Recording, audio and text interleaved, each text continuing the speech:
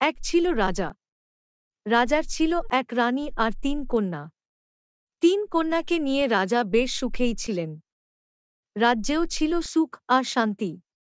তারপর একদিন রাজা তাঁর কন্যাদের জিজ্ঞেস করলেন এক সহজ প্রশ্ন। কে তাকে কি রকম ভালোবাসে? বড় কন্যা জবাবে বলল, বাবা, আমি তোমাকে চিনির মতো ভালোবাসি। রাজা মুচকি হাসলেন। মেজ কন্যা বলল, বাবা, আমি তোমাকে গুড়ের মতো ভালোবাসি। রাজার মুখে দেখা গেল হাসির রেখা। ছোট কন্যা বলল, বাবা, আমি তোমাকে নুনের মতো ভালোবাসি। সঙ্গে সঙ্গে রাজার মুখ হয়ে গেল কালো। রানীও শুনে অবাক। এ কেমন কথা? রাজা বেশ অস্থির। ডাকলেন উজির, নাজির আর সেনাপতিকে।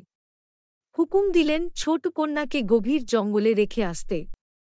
রাজার হুকুম বলে কথা, পরদিন ছেয়াট রাজকন্যাকে পাঠানো হলে বনবাসে। গভীর অরণ্য, জনপ্রাণী নেই। ছেয়াট রাজকন্যা একা বসে আছে। এমন সময় সেখানে হাজির হলে এক পথিক। রাজকন্যাকে দেখে জানতে চাই, গভীর অরণ্যে তুমি একা কেন? রাজকন্যা সব ঘটনা খুলে বলল। পথিকের খুব কষ্ট হলে সেসব কথা শুনে কিছু একটা করতে ইচ্ছে করল তার। কিন্তু পথিকের তখন নুন আনতে পান্তা ফুরায় অবস্থা। তারপরও পথিক রাজকন্যাকে তার সঙ্গে নিতে চাইল। রাজকন্যাও রাজি। দুজনে চলল পথিকের ঘরের দিকে। এদিকে রাজা তার বড় কন্যাকে ভিনরাজ্যের এক রাজপুত্রের সঙ্গে বিয়ে দিলেন। সেই রাজপুত্রের আবার চিনির ব্যবসাও আছে। মেজ কন্যারও বিয়ে দিলেন ঘটা করে। এই পাত্রের আছে বেশ বড় গুড়ের আড়ত। এভাবেই কেটে গেল দিন। একদিকে আনন্দ আর অন্যদিকে বছরখানেক পরের কথা। একদিন এক লবণচাষী রাজাকে নিমন্ত্রণ করল তার বাড়িতে। রাজা বড় বিনয়ী, তাই লবণচাষীর নিমন্ত্রণও তিনি রক্ষা করলেন। কিন্তু চাষির বউ রাজাকে খাবার খেতে দিলেন নুন ছাড়া তরকারি দিয়ে।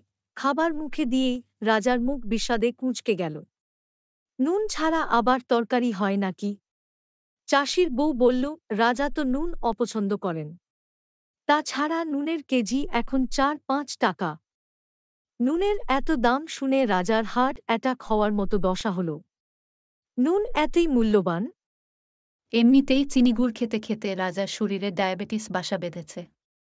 তার ওপর এই নুনের কারণেই রাজ্য থেকে বের করে দিয়েছিলেন তার ছোট কন্যাকে। সব মনে পড়ে গেল রাজার। এদিকে রাজা হঠাৎ দেখতে পেলেন আসলে চাষির বউ হল তাঁরই ছোট কন্যা। আর লবণ চাষিটি হল সেই পথিক যে রাজকন্যাকে ঘরে তুলেছিল। লবণ চাষ করে তাদের এখন রমরমা অবস্থা। সব দেখে রাজা তাঁর ছোট কন্যাকে আবার প্রাসাদে ফিরিয়ে নিয়ে গেলেন। সবার মুখে ফুটে উঠল হাসি। তারপর থেকে সেই রাজ্যে সবাই সুখে শান্তিতে বসবাস করতে লাগল।